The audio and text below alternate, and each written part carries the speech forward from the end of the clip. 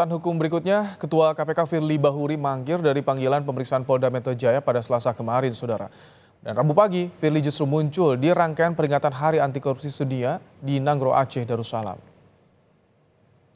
Ketua KPK Firly Bahuri membuka acara roadshow Bus KPK Jelajah Negeri Bangun Anti Korupsi di halaman kantor Gubernur Aceh pada pagi tadi. Firly diketahui tiba di Aceh sejak Selasa petang, padahal di hari yang sama Firly dipanggil penyidik untuk diperiksa sebagai saksi atas kasus dugaan pemerasan oleh dirinya terhadap ex-Menteri Pertanian Syahrul Yassin Limpo. Namun Firly enggan berkomentar atas ketidakhadirannya dalam pemeriksaan tersebut. Pak, izin Pak. Pemeriksaan kita di Polda Metro Itu Pak, diduga mangkir nih Pak. Saya datang hari ini dan merangkap hakordnya ya. Tapi betul Pak, Bapak pengen Alih-alih memenuhi panggilan penyidik tanggal 8 November Selasa sore, Firly Bahuri malah mendarat di Banda Aceh. Masyarakat Anti Korupsi Indonesia atau MAKI menilai alasan Firly absen dari pemeriksaan Polda Metro Jaya hanya mengada-ngada. Pasalnya, menurut MAKI, rangkaian acara Hari Anti Korupsi Sedunia itu baru berlangsung tanggal 9 November hingga 12 November. Karena setelah saya lacak jadwal bis korupsi itu dimulai baru tanggal 9 November 2023, sementara panggilannya Polda adalah tanggal 8. Jadi itu jelas mengada-ada karena apa? Pak Firly bisa aja datang tanggal 9 siang atau bahkan tanggal 12 karena nyatanya bis anti korupsi itu sampai tanggal 12 di Aceh. Barangkali diduga takut dianggap bersalah, maka menghindar itu. Dan saya kira Pak Firly tahu bahwa proses setelah pemeriksaan ini nanti akan gelar perkara dan berpotensi penetapan tersangka. Terkait rumah di Jalan Kertanegara yang disewa Firly dari pengusaha Alex Tirta yang diduga ada unsur gratifikasi, Kepala Bagian Pemberitaan KPK Ali Fikri persilakan publik untuk melapor ke Dewan Pengawas KPK. Dewan Pengawas KPK akan memeriksa jika ditemukan adanya pelanggaran etik terkait hal itu.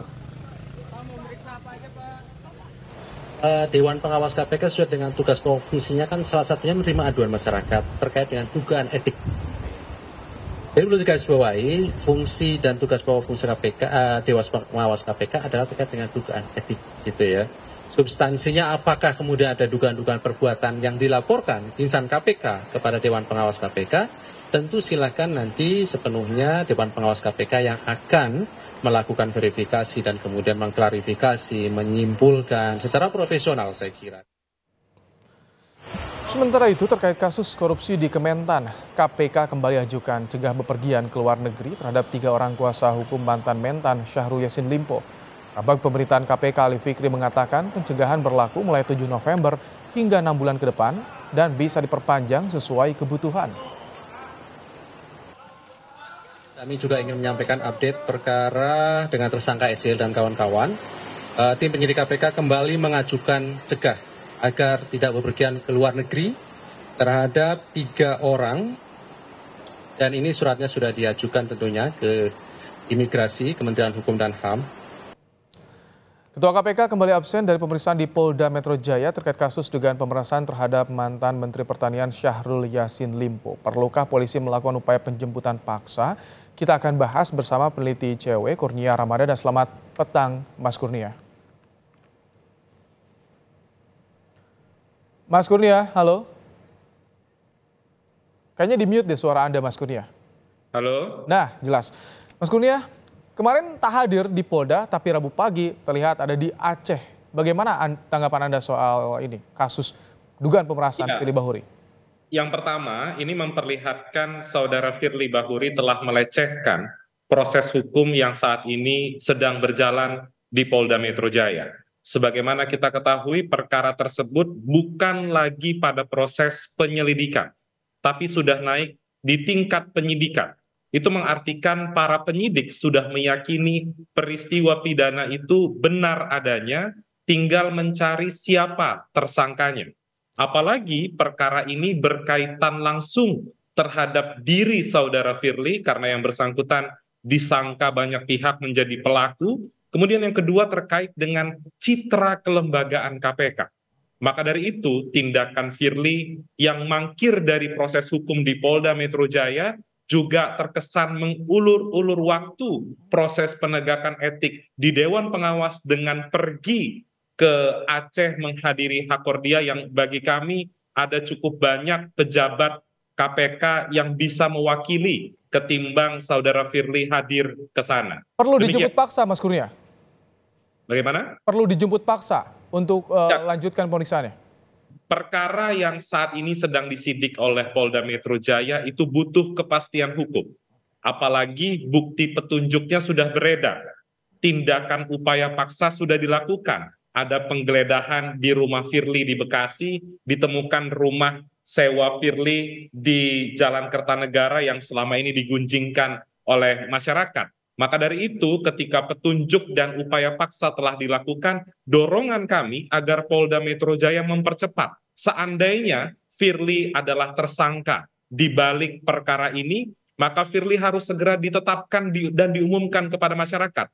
Dan ketika ada panggilan lalu yang bersangkutan mangkir, ada 2 upaya paksa yang kami dorong. Polda Metro Jaya harus segera meringkus Firly dengan melakukan penangkapan serta melakukan penahanan. Agar ada kepastian hukum sehingga masyarakat tahu sebenarnya delik apa yang dilakukan oleh Firly dan bagaimana konstruksi hukumnya. Mas Kurnia, KPK kan sudah menyampaikan surat konfirmasi ketidakhadiran. Anda lihat sikap KPK ini seperti apa? Apakah cukup dengan pemberitahuan itu kepada Polda? Ya, tentu yang harus kita lihat adalah apa alasan dibalik yang bersangkutan tidak menghadiri panggilan tersebut.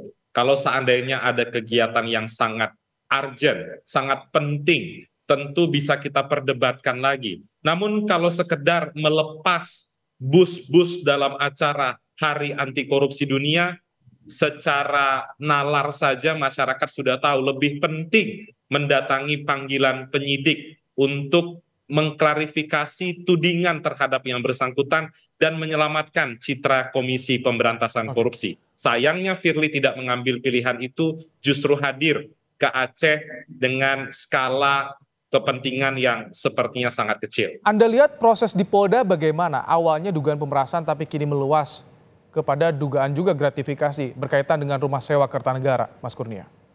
Iya, saat ini ada 2 perkara yang sedang disidik. Pertama adalah indikasi pemerasan yang itu juga tergolong sebagai tindak pidana korupsi. Kemudian kedua adalah delik pasal 36 Junto 65 Undang-Undang KPK.